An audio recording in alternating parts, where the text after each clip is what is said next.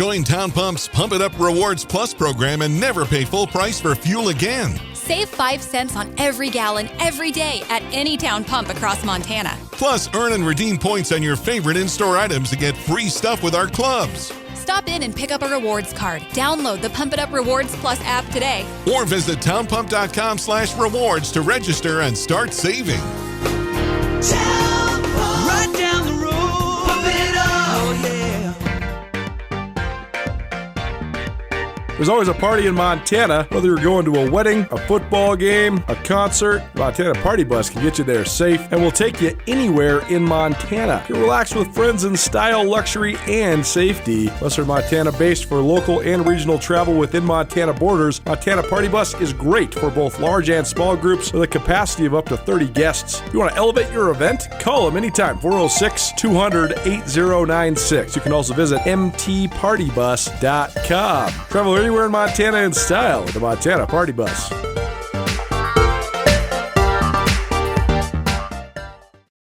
What's a fun one for me? Because once upon a time, when I was just doing my writing thing, I covered this young man when he was playing for the Montana State Bobcats, and I always thought, someday I'd love to have this guy do a little content with me. And here we are, like 8 or 9 years later, diving into it. JP Flynn joining us here on the Big Sky Breakdown, former Montana State All-American. Had a cup of coffee or two in the NFL, and now he's wearing his Gallatin Raptors shirt. Yeah, baby. Yeah, yep. Dude, you're still in the game at a high level. So, how's it going, man? Thanks for being here, man. No, thanks for having me. I appreciate being on. You know, it's kind of fun growing that friendship over the college years and now keeping it going. It's fun to stay in touch and fun to, talk a little ball with people who know ball. So let's do it. No doubt. Well, it's funny because I reached out to you because I've been continuing to try to build the roster here at Skyline Sports, and I like to have counterparts on each side. And I said, hey, I reached out. I said, hey, we got a shit talking Grizz guy, and we need a counterpart to him. And he said, hey, let's talk some shit. But I will say, to be completely fair, first of all, Andrew Smith's been one of my good buddies ever since we were living in the dorms at the University of Montana 20 years ago. So this is right. So it's a long time coming. He's also, and I hope he listens to this, he's a way bigger jackass than you could ever imagine being. So yeah, I don't care. Yeah. I'm actually not here for any of the smack talk or anything like that. I just always love your insight on the game. So no pressure, man. I know that Andrew said some inflammatory things, but that's just how he is. And like I keep telling all my like I tell my I'm not that inflammatory, man. No, I just like talking ball. So that's right, man. Like I tell my cat buddies, man, he's needling you, and that's what he wants. He wants it out of you. Yeah, But yeah. If you listen to our last couple episodes, he's been going in hard on everybody, including the Grizz. So either way, here we are, and this is going to be mostly just us talking about football. So first of all, most of the times you've ever come on with me, we're either talking about you and memories or the current state of affairs with the high school football team that you coach. Right. But I want to ask you about a couple different things before we then parlay into the here and now with Montana State. When you first got done playing at the NFL, when did you know you wanted to coach, and what were some of your motivations to become a coach? See, it's kind of funny, actually, how I got into it. So I've been dating for a long time now. A Lazlovich, big Grizz family. Totally. Right? Yeah. So her name is Carolyn Lazlovich, and her brother has coached wrestling throughout the state of Montana for, I don't know how long. My whole life, I think. Seriously. Yeah, forever. Years, right? Yeah. We've been doing it forever. So, and he was coaching wrestling with Hunter, and Carolyn, like the whole talk about the school being split and all this stuff, I'd met Hunter a couple times, and she started talking. She's like, hey, Nate's really pushing for him to get that head coach job. You should coach with him. And I was like, I don't know if you haven't seen me in the football realm. Like, I'm hyper obsessive, like it's not, right. It's not really, it probably wouldn't be a good thing, And so we got to, and she's like, no, you're going to coach. And I'm like, okay, I guess I'm going to coach. And so then I tell Hunter, and I'm like, hey, man, like, if you're looking for some O-line help, like, I'd love to help you out, man. He's like, dude, that's great. It's so hard to find an O-line guy, blah, da, da, da. And I'm like, cool. So we're good. I was like, I guess I'm coaching. then, we're like, it's the middle of COVID and all this stuff's going on. And she's, we're trying to figure things out. And then Hunter calls me and he's like, hey, man, like, I'm super happy to have you on board. I'd love you to call the offense. I was like, whoa, things just got a whole lot Right. messier. Right. Right. So I call Cramsey, my old OC at MSU. I'm like, hey, buddy, I'm going to need some help here. Right. So I sent him a hard drive and he just sent all the film from every single game, practice, everything. It was like a 2 terabyte hard drive. The thing has no room left on it. And so Carolyn kicked me into it, so when I'm up watching film until whatever time, I'm like, hey, this is your fault. So Well, it's a awesome small world story because I've known the Lasloviches forever. Carolyn was my basketball coach at a basketball camp when I was like in 7th grade. So yeah, she's not that much older than me, but it was just like that was. I think she was in high school or maybe about to be in college. Either way, she coached us and we were super good when we were like in 7th grade. And then of course, that's awesome. Josh, her other brother, was my high school basketball coach, one of my high school football coaches. So they're a great Montana family, certainly. So Yeah, uh, absolutely. The funny the way best. that the anaconda spreads, the anaconda and the butte, man, it never stops spreading its way around the state. Hey, absolutely. I couldn't consider myself luckier to be a part of a great family. No doubt. Well, I mean, what a resource for you when it comes to Tim Cramsey, right? Like, I'm sure you've learned so much about just offensive football, first from playing with it or for him, I should say, and then also from studying it and then implementing it yourself, right? Like as soon as you start teaching it, then you learn it even more, right? Yeah, and it's funny because I had a kid that I used to coach who's playing for MSU now. His name's Rylan Schlepp. Great player. And yeah, he is, right? And so I talked with him and I told him, I'm like, hey, man, we're kind of short staffed this offseason. Come coach the tight ends. I'm like, I promise you'll learn so much more about the game. And the amount of times that I have said, I wish I had coached prior to playing, or I wish I had coached while I played, because you just see the game from a totally different angle. Like in the player world, you just got this such narrow view, like what's my responsibility? What's my 1/11th? What's my 30 square feet that I got to take care of, right? And you're so keyed in on that. And then now you see this huge picture, right? This huge broad picture of what you're really trying to accomplish as an entire team. And it totally changes things, totally changes your perspective on ball. And you would be a substantially better football player if you had coached first. That's for sure.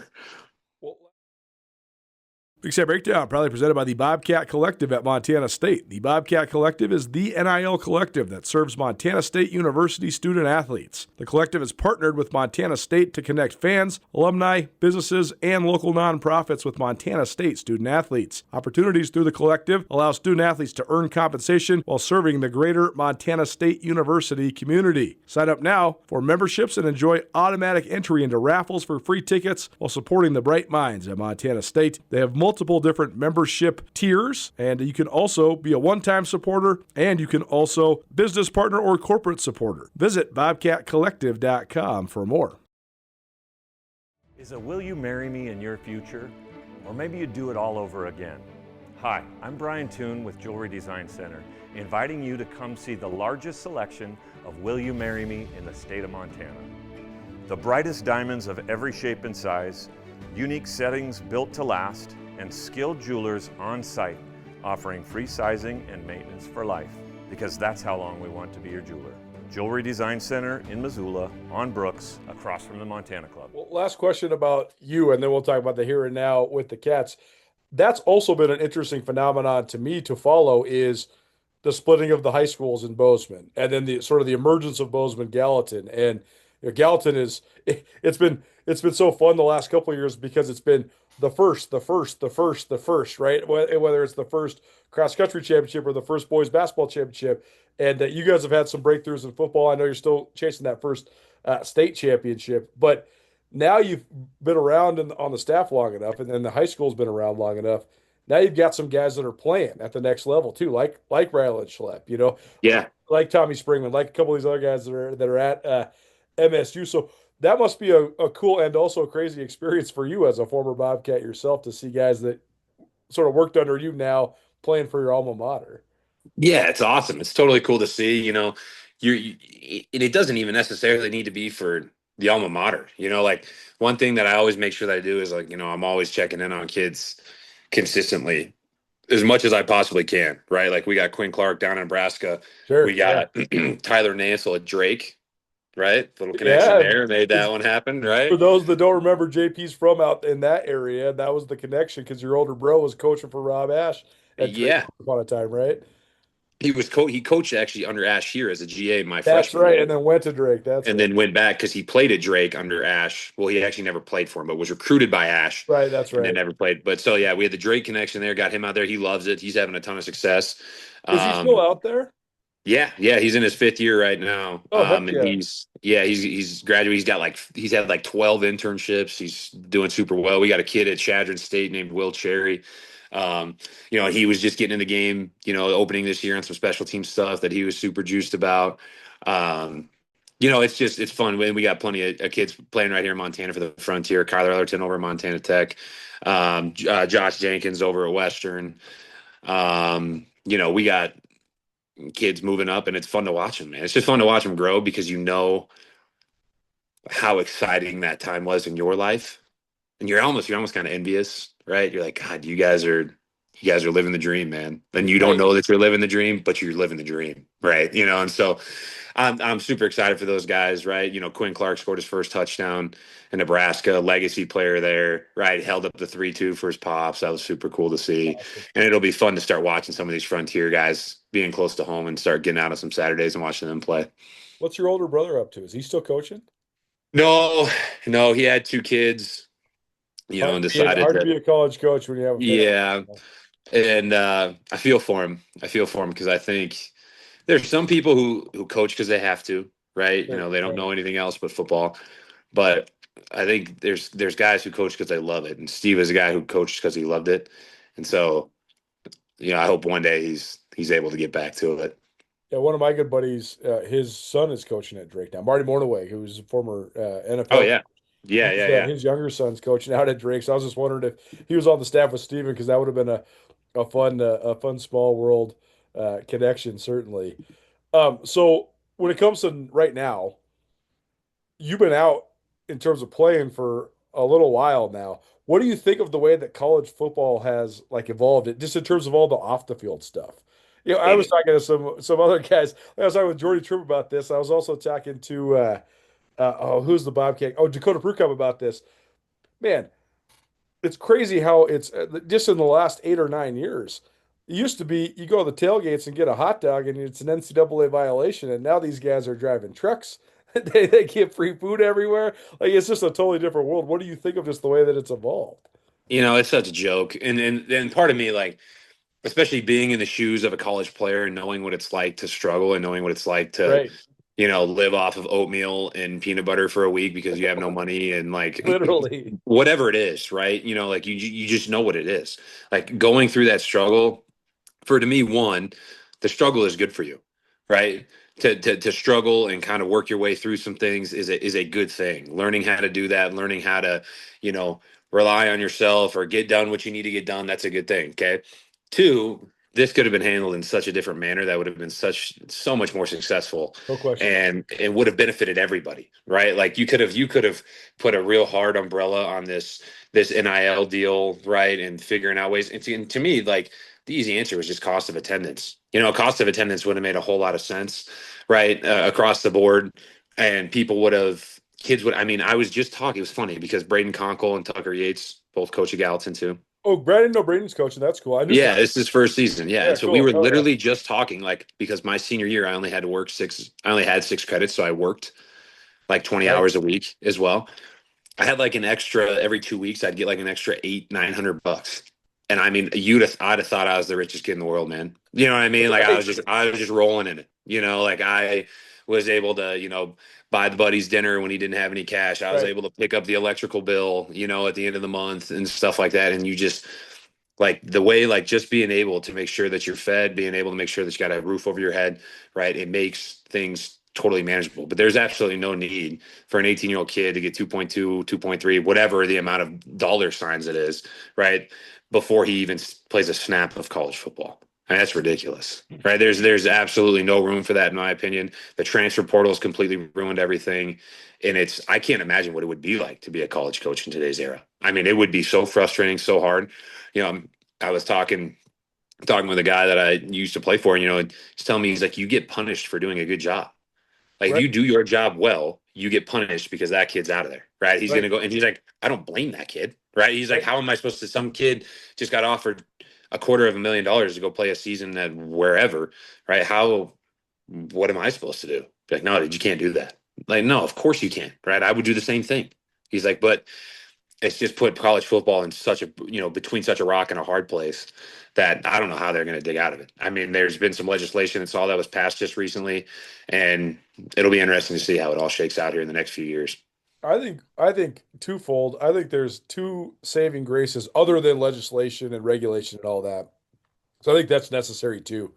But I think there's two other saving graces. I think one, I know firsthand at least six stories I can think of off the top of my head of guys getting offered something that wasn't real, or like they hey, come over here, we're going to give you 800 grand or whatever. Mm-hmm. I mean, I know one guy, he got offered seven figures, million plus, go to Power Five. This is a guy from inside the Big Sky. Won't name names and won't name schools. And he goes to the Power Five, practices 15 practices in the spring ball. They decide they don't like him and they got a line on another guy. So they say, okay, this is it for you. So then the dude has to go transfer somewhere else, and he didn't get any of his money because there's no contracts. There's no so that one saving grace. I think that those stories though are going to spread. Like I think guys are going to start getting smart to that, right? Like I remember talking to Eli Gilman at Montana about this. He was like, "Yeah, man, a couple schools like came and offered me." Well, I said, "Hey, put it in writing, like give me a contract or whatever." And there is no contracts. So he's like, "I'm not leaving where I'm at. I got it good here at Montana, whatever." So that's one saving grace. I think the other saving grace in the state, though, too, is that, especially at the FCS level, the state of Montana is producing elite FCS talent. The guys that are coming out of Montana are literally the best players in the Big Sky. I mean, Montana State had 8 dudes from Montana that were first team all conference last year, Right. that went to high school in Montana. Those guys aren't really wanting to leave. Like, we haven't really seen anybody. A lot of pride. Right. They have a lot of pride, right? And like you can probably throw a bunch of money at Adam Jones and Taco Dollar. They don't want to go anywhere, right? Like, Right. it's the same thing as some of the guys with the Grizz. Like they would rather play in front of their family and their friends and like and I think they actually understand the perspective too. Like, hey, let's win. Let's play in front of huge fan bases. Let's have a sweet rivalry. Like all the things that college football is supposed to be about. I think the guys from Montana get that. So I do think that's a huge saving grace for both the Cats and the Grizz. Yeah, I think so too, especially when you're, in an elite program every single year in and year out, both schools. It's hard to the one thing to me I was actually listening to Bussin' with the Boys the other day at work, and the Diego Pavia episode, right? And he's just talking about winning. He's like, at some point in Right. time, he's like, you can't put a dollar sign on winning. He's like, and Totally. I believe we're going to win at Vanderbilt, so I'm not going anywhere, right? And I was like, fair enough, can't. You couldn't put a price on winning for me. Like you could have thrown all these dollar signs at me, and winning would have been priority number one. So I kind of agree with that too. Well, and we were talking. A couple of my buddies and I were talking about this the other day. Like football is hard. That's why it's so character building, right? It's so hard, and a lot of it sucks. Like a lot of it is not that fun. But the games and all that are so fun. But winning is the ultimate fun, right? Like it would be Yeah, so miserable to go to a program. It doesn't matter how much you're getting paid, and be going like 2-10, 3-9. yeah, Like it would be awful. That would suck so bad. yeah. It would be horrendous. I mean, the old saying goes like, how do you spell fun? WIN, right? Like the experience, and it's hard because everyone comes from a different situation. You can't tell one kid like, hey, winning's more important than money, or you can't tell one kid like, hey, we have a great program here. You're going to play in front of 20,000 fans, like, and then, but one kid sees, you know, a number with a bunch of zeros behind it. He's like, yeah, that's going to change my family's life. So wins don't really mean that much to me. So it's just a different perspective for everybody, and everyone comes from different walks of life and different backgrounds. So you understand what the kids are doing. Like I'm not knocking the kids, right? I'm not really knocking the institutions either, because I feel like their hands got forced in this as well. I just wish that this process had gone much differently than what it did. I almost feel like, President Emmerich like just wanted to see a bombshell go off because he took so much slack for however many years he was rolling, and as the president, and now he's sitting there and he's just like, yeah, I told you guys the whole time this was the wrong answer. And he just didn't want to find the right one, so he just said, let's pick the wrong one and watch the world implode over it. Yeah, no doubt, man. I mean, last point on this, I always harken back to the story that Danny Sprinkle told me about Raekwon Battle. Like, they're coming off of multiple Big Sky championships at Montana State basketball, and went to the NCAA tournament, whatever. But he got offered, multiple six figures. I don't know what the exact number was, but like Sprink said, this dude his family's never even had this much money, man. So like, Yeah. how's he gonna say no? Like, Yeah. he's from the reservation in Western Washington. Like, it's just hard to say no. So it is such a peril, though, and I think for people that really appreciate what's supposed to be great about college sports, because like you said, I think that was the best point you made, is that the struggle is part of the point, right? Yeah.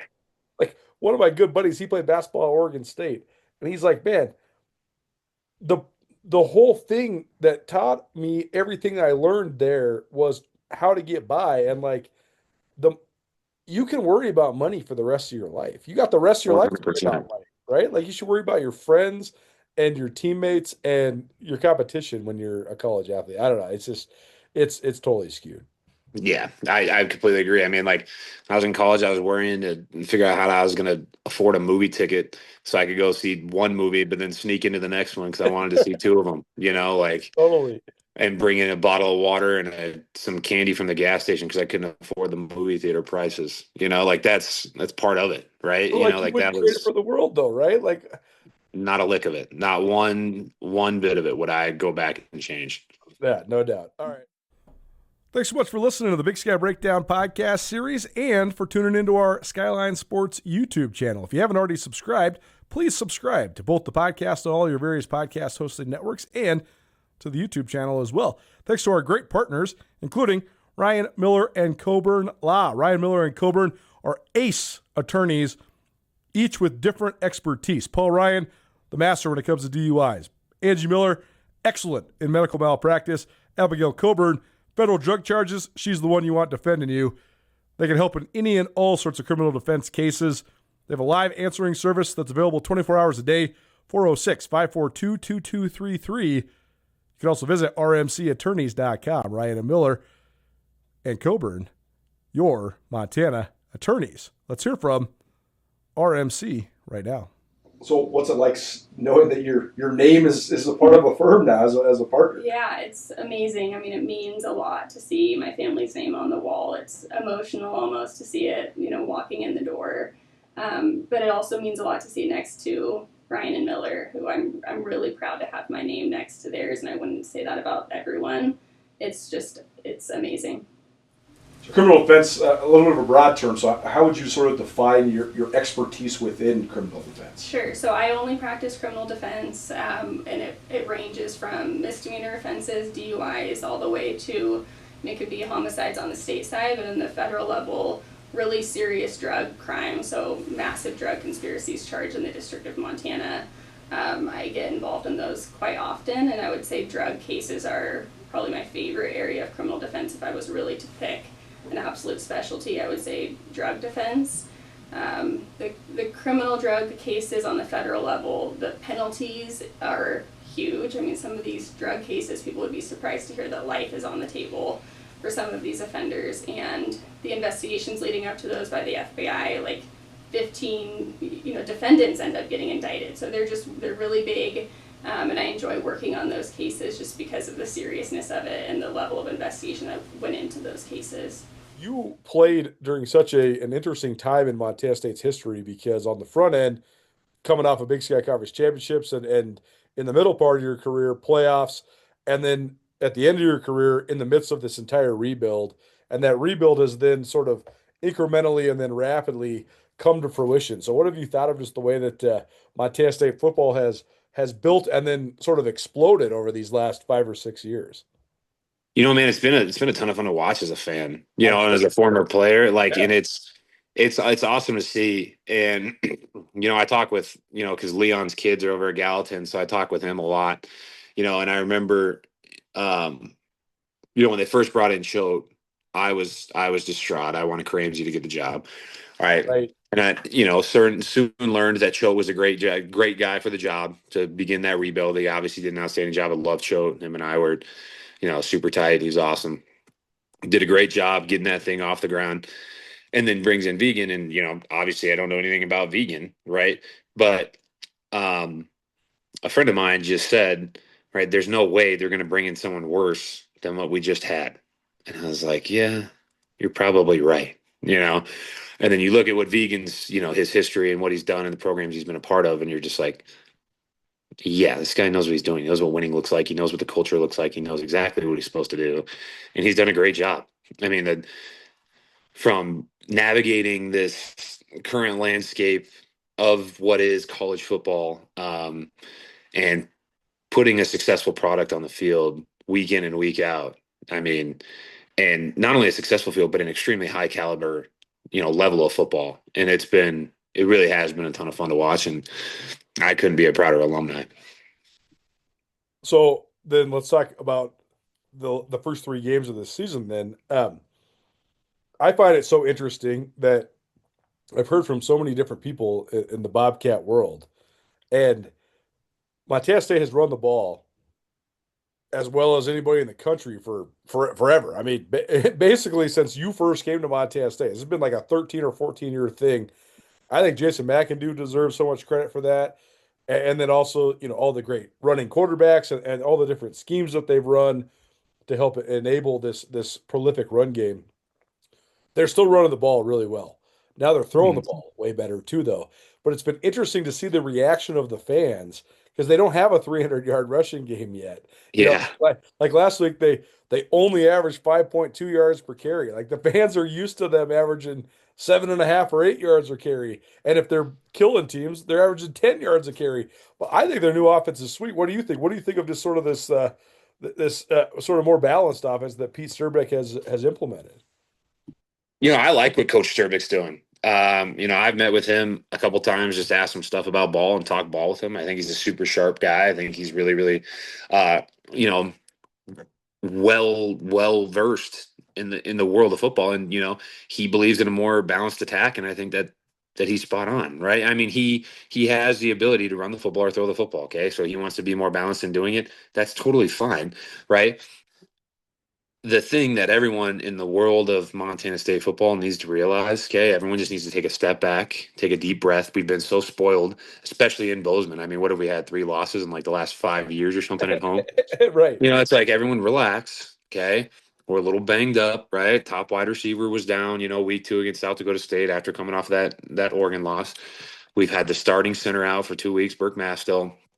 And what people just really don't understand about, because most people don't understand offensive line play, and I don't blame them, right? That's normal. But moving Burke Mastill out of center has now forced JT Reed to move into center, Right. place in, insert redshirt freshman Everett Carr. Now you're going to bump Titan Fleshman into right guard, and then you're going to move Cedric from left tackle to right tackle. So now not only do you just have one guy hurt, but you have 5 guys playing out of position, right? And as much as people want to sit here and say, oh, yeah, you just moved from the right side to the left side, or you moved from tackle to guard, the world of difference. Okay. It's Totally. not the same thing. I don't want anyone to ever try and tell me it's the same thing. I don't want everyone to be like, oh, yeah, it's not that big of a deal. No, it's a huge deal. Okay. And You, once that unit, finds its footing, I think Burke should be back this week, which will be a big help up front. You can get Titan back out to tackle. You can move Cedric back, whatever. Okay. I don't know what they're going to do. I have no idea what Coach Smith's plans are up there, who are going to be his best 5 going out, this Saturday. But I'm pretty sure that, Burke should be back in the mix, this week, if not next, for sure. And I think people will see a drastic increase in our run production. I totally agree. And like you said, it sort of trickles downhill. Even though you're only missing one guy, then you have basically 4 out of the 5 guys playing out of position. You're throwing some freshmen to the wolves. Like all those things are big adjustments. And I also think that with the way that they run their zone stuff, being in your specific spot is so essential. So explain that part to people because here's the thing. One of the main reasons Montana State has been so great at running the ball has been the right side of their offensive line. With a right-handed quarterback and the way that all the plays flow, if you have an elite center, an elite right guard, an elite right tackle, that's been so pivotal. And, from Mitch Brott all the way through, Titan Fleischman and Marcus Ware playing both those spots the last couple of years. That's the other thing. Those guys last year made it look easy because they had a 10-year veteran NFL guy as their coach, and they're Yeah, Al's right. next level. I mean, he's Yeah. next level. And then you also have Connor Moore, who's making however much money, and he's going to be an all Big Ten type of guy. I mean, his film at Michigan State already is elite. Yeah, Yeah. Ware, who's one of the best offensive linemen in Montana State history. Those guys made it look easy. I think that was unfair to these guys in terms of how much they made the reshuffle look so simple. But also just the position by position, like you're saying, it's so essential. So just explain that part to people. Why each spot, especially center to the right side, is so pivotal for especially the run part of Montana State's scheme. Well, yeah, like what kind of going back to what I said, right? Like when you're a player, you have this, you got this tunnel vision, right? So, I mean, imagine waking up every single day, you walk over to your bedroom window, right, and you see the Bridger Mountains, right? You got this nice view of the Bridgers. Now all of a sudden you walk to the bedroom, all right, and all of a sudden now it's the Sahara Desert. Okay, it's a totally different field of view with everything that you're seeing. Never mind who your neighbors are now. Okay, this is kind of this kind of worked out to be like the perfect analogy. All right. Because now your neighbors are totally different and who you're dealing with and how they play the game and how they work, right? And what you're seeing in your in your friend, it's a totally different world.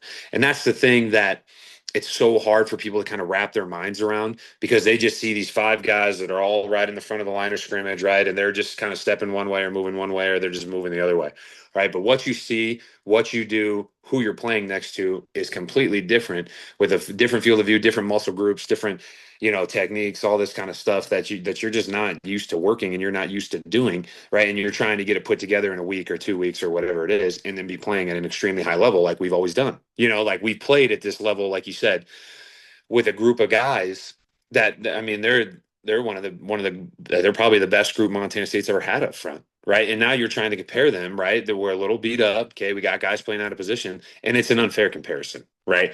The comparison's not there, right? You got a group of guys who are completely different, who have a completely different skill set, who are good football players still now, right? You got a couple of pups in there who are doing their thing. Okay. I watched them play against a tough South Dakota State front who well versed, they got some good, strong defensive line. Their box is extremely solid, right? And they're good outside, who really held their own. It's actually promising to see for the future of their offensive line that they got some kids coming down the pipe who are going to be good football players. But once they get that, that front five solidified and, their position where they're supposed to be, kind of all the pieces of the puzzle on the right side, I think Coach Smith will do a great job and have those guys rolling in the right direction. Bobcats win again. So, fifth quarter at the R Bar? Dude, I could crush a burger right now. Can you guys pick it up? I'm thirsty back here. Guys, what's up? Hop on in. Fifth quarter's this way. Oh, new R Bar merch. Yo, what's the fifth quarter? They have food, drinks, and giveaways after every home game. And these sweet Bobcat cups. Oh, I'm in. Take me to the R Bar. Join us at the Rocking R Bar after every home game for the fifth quarter. Let's celebrate the spirit of blue and gold. The last thing, then, what do you want to see out of Montana State this week? It's interesting scheduling sort of deal because Stephen F. Austin basically canceled on them, and then they had to play Mercyhurst twice. So here you are, you're playing a team that's only their second year ever playing D1, and it's a tough spot for the coaches because it's like, well, you're supposed to beat them however many, but like Right. it's not it's just a weird deal, but also I think a good opportunity for Montana State to try to play their standard, etc. Then before they dive into conference play. So like what from what you've seen so far, 3 games in with the Cats, because it's been such a weird sample size with Oregon, South Dakota State, and then San Diego. Where do you think they can make strides forward, and what sort of things are you looking for out of them this week?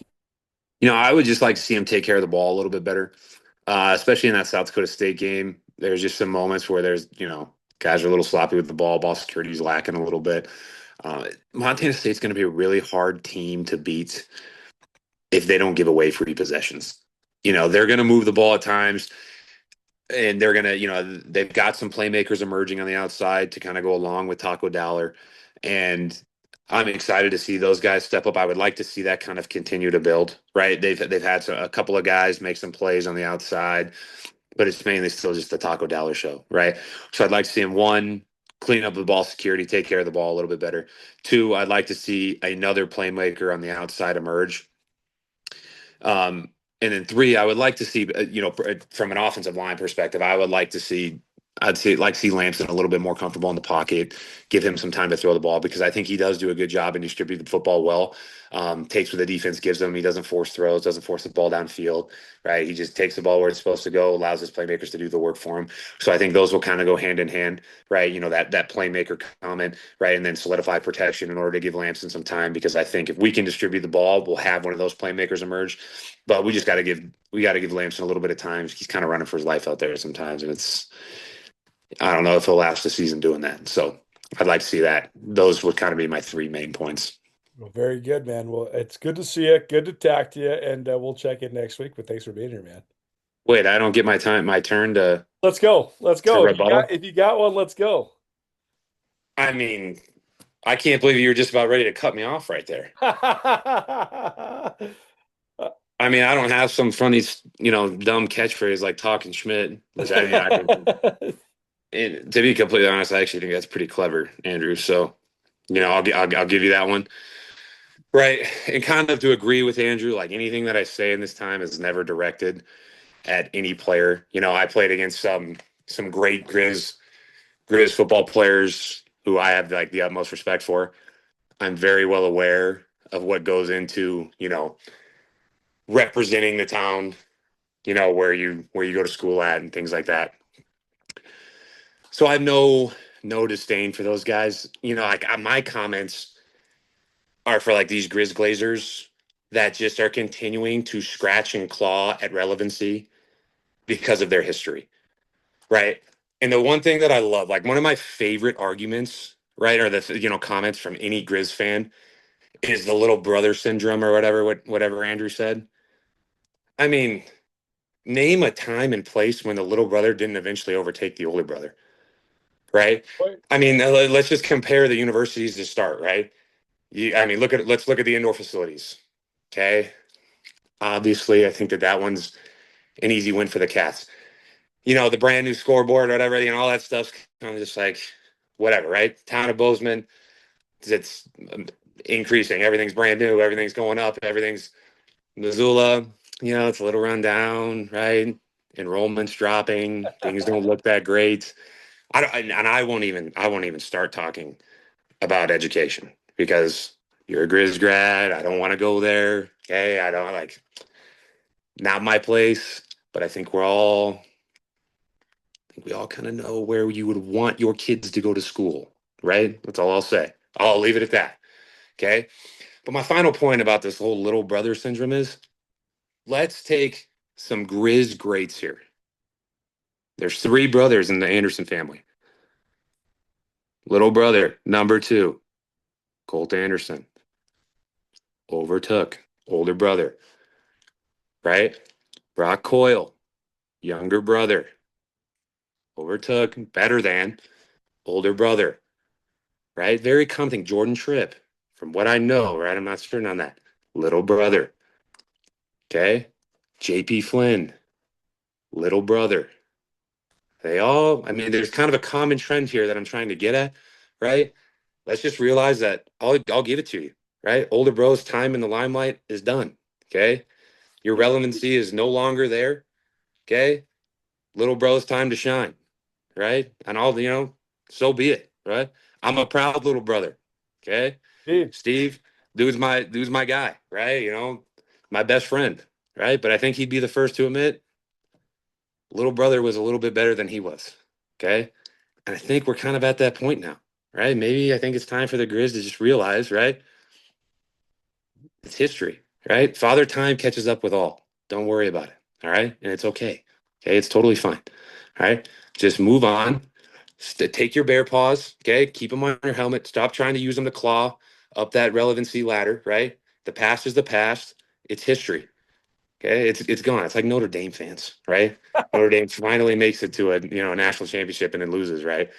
It's like, God, yeah, you guys were great in the '80s. Congratulations, right? No one cares, all right? It's Ohio State's the best team in the country now. Move on, all right? I kind of think that's like a similar situation that we're in, right? Yeah, you guys won it in 2001 and 1995. All right, yeah, move on, right? It's the Cats' time to shine, baby. We're the relevant team in the state of Montana these days. Well said. I'll add one more. Brooks Nuanez. I didn't want to say anything about the Nuanez, right? I'm sure Brooks would appreciate that, but I didn't want to say it. Okay. Hey, as the ultimate big brother, that's what you want. You want your big brother to overtake you, man. Yeah. That's exactly. Hey, and it's healthy for the rivalry, right? There's no rivalry like a brother rivalry, and you know that more than anybody. 100%, right? man. Yeah. 100%. Well, good stuff, man. Thanks for being here. We'll check in next week. All right, man. We'll talk to you.